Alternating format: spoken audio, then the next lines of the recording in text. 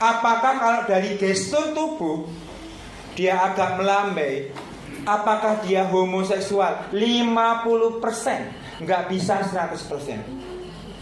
Kenapa? Kalau dia riwayat balitanya seperti ini, maka 70%.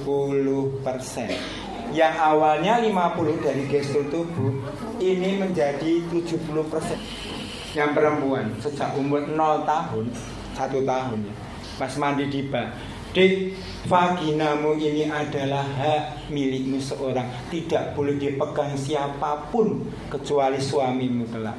Abi sama Umi cuma boleh memegang satu.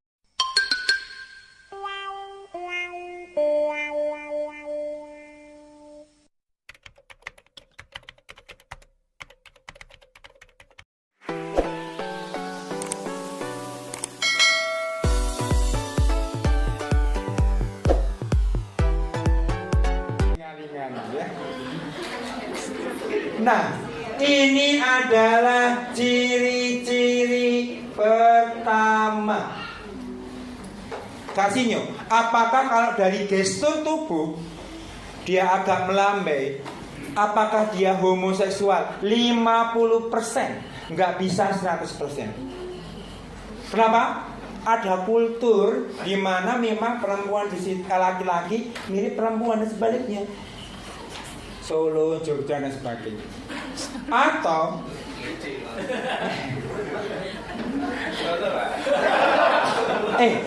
kalau nggak percaya Bapak Ibu ya, nemui waria di Tiduri sana, di Irian. Enggak yang gini-gini, jangan macam-macam lo, gebok gitu.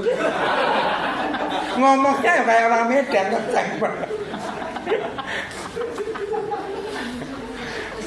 Sampai lupa kan saya. Ada lagi metroseksual. Apa metroseksual? Laki-laki dituntut zaman masuk ke salon. Nah, tuntutan kerja, pegawai bank tuh nggak boleh ya jenggotan, nggak boleh. Bapak Ibu kalau nggak percaya, besok kalau naik Garuda pas ke Jawa, itu kan ada pramugara, dia pramugaranya kinclong. Pas nganter makanan, Mbak, ada apa Bu? Buka dong sepatunya. Ada apa? Buka. Lihat kakinya, nggak ada yang meledak-meledak kayak itu. Serius, dirawat di salon. Apa tuntutan zaman? Kalau ini ustadzah kan paling akhir itu ya Pak, ada tukang bangunan Mas minta amplasnya sedikit. Ngirit.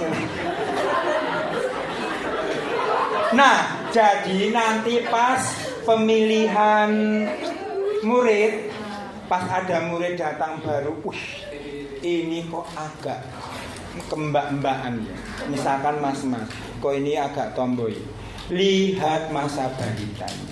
Lewat apa wawancara? Kedua orang tuanya atau lewat temannya atau tetangganya. Kenapa? Kalau dia riwayat balitanya seperti ini, maka 70%. Yang awalnya 50 dari gestur tubuh, ini menjadi 70% jika masa balitanya seperti ini. Antisipasinya apa? Contohnya Rasulullah dalam pendidikan seksualitas. Bukan pendidikan seks. Apa pendidikan seksualitas? Dalam Islam itu sudah terintegrasi dari 0 sampai 15 tahun. Sayangnya banyak keluarga Indonesia yang tidak menjalankannya. Pendidikan seksualitas. Contohnya, nggak boleh satu selimut, nggak boleh memperlihatkan aurat utama. Yang terjadi. Jadi luar biasa.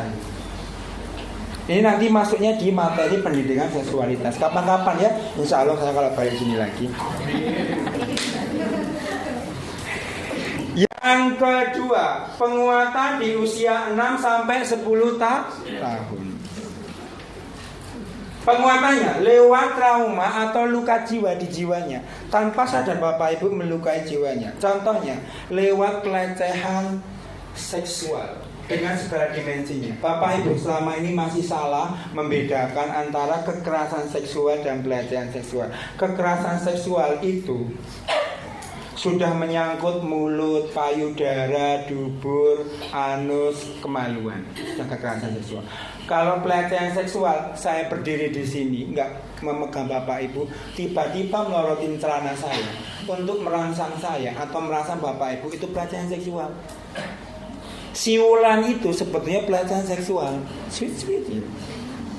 Nah, tanpa sadar karena kita meninggalkan nilai-nilai Islam, yang terjadi apa? Kita melecehkan seksualitas anak kita. Ujung-ujungnya apa? Tidak tumbuh imunitasnya.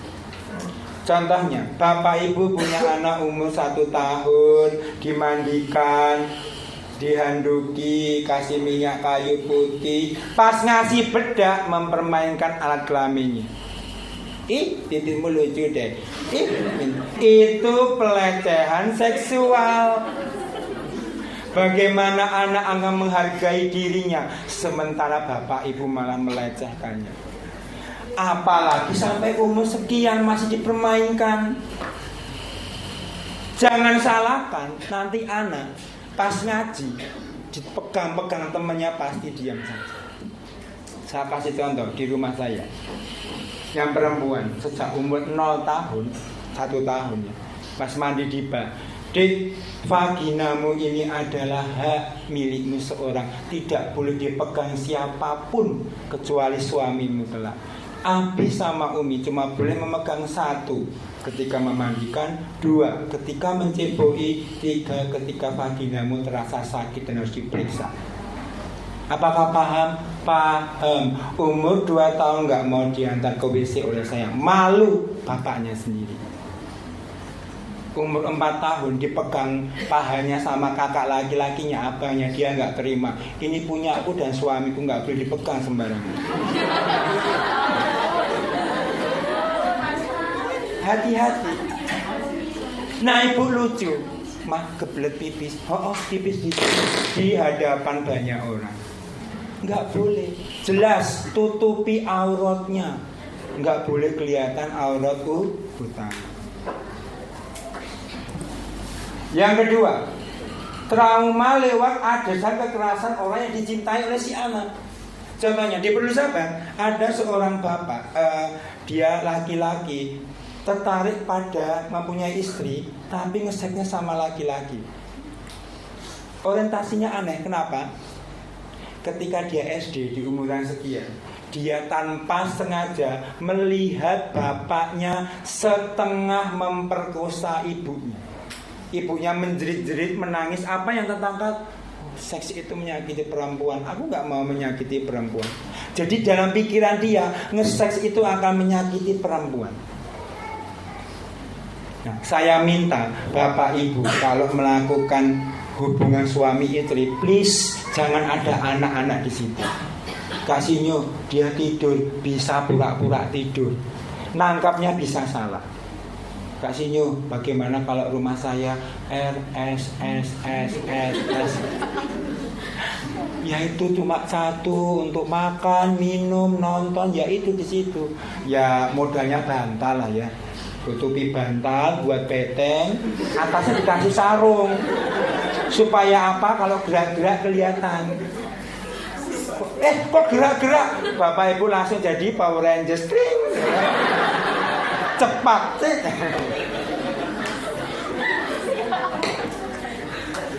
Yang kedua, penguatan terhadap definisi atau karakter. Hati-hati ini. Doa. Yang pertama, bully, penampilan, style. Tadi yang kayak tukul. Mah, aku pengen ke mall. Mama lagi bokek. Ya sudah, besok aja. Yang kayak Sahrul Gunawan. Mah, aku pengen ke mall. Kamu kok kayak cewek sih? Nangis melulu, banci kamu. Bapak Ibu sudah memperkuat karakternya plus melukai jiwanya. Dek, menangis boleh kalau jatuh dipukul. Kalau cuma minta ke mall nggak usah menangis ya. Seperti itu dijelaskan baik-baik. Pola asuh dandan. Bapak Ibu diberi karunia anak laki-laki, tapi orang kalau melihat pasti mengira perempuan. Bapak Ibu bangga. keluarga bangga, masyarakat bangga. Di umur sekian saya pastikan akan mengenal lipstik dan bedak. Kalau bapak diberi karunia anak cantik laki-laki, segera kumpulkan anak sekampung, kasih makan. Pak, Bu, mohon jangan bilang cantik-cantik di hadapan dia, di hadapan saya boleh. Bilang ganteng. Anehnya orang tua malah bangga. Kak Sinyo, kadang aku pakai jilbab gitu. Nggak boleh. Itu masuk dalam pendidikan seksualitas. Nah, yang terakhir, yang saya kasih warna merah ini, dia akan menguapi penguatan lewat pilihan kesukaannya. Nggak bisa bohong. Di usia 6-10 tahun, anak belum bisa berbohong secara nyata. Dia masih mencoba-coba. Kok ada anak di usia 6-10 tahun, karakternya, pilihannya, favoritnya laki-laki, Sophian the First, Barbie, Sailor Moon, Doki Doki, Dora the Explorer. Maka karakternya dia sudah berbelok jauh. Jika dihubungkan dengan tadi, Kak Sinyo, saya punya klien nih saudara, dia umurnya 20 tahun, kok agak dia melambai 50%. Masa balitanya seperti yang itu di balita itu 70%. Masa umur 6-10 tahun kok seperti itu 90%. Antisipasinya mestinya di usia ini antara orang tua dan anak sudah menjadi sahabat terbaiknya. Lihat semua masalah anak-anak dimulai dari kedua orang tua kebanyakan. Kenapa? Orang tua jadi musuh anak-anak, nggak mau jadi sahabatnya. Mestinya di usia ini dia lapor, "Mah, aku kok tertarik sama Tono ya, nggak sama Tini." Mestinya seperti itu.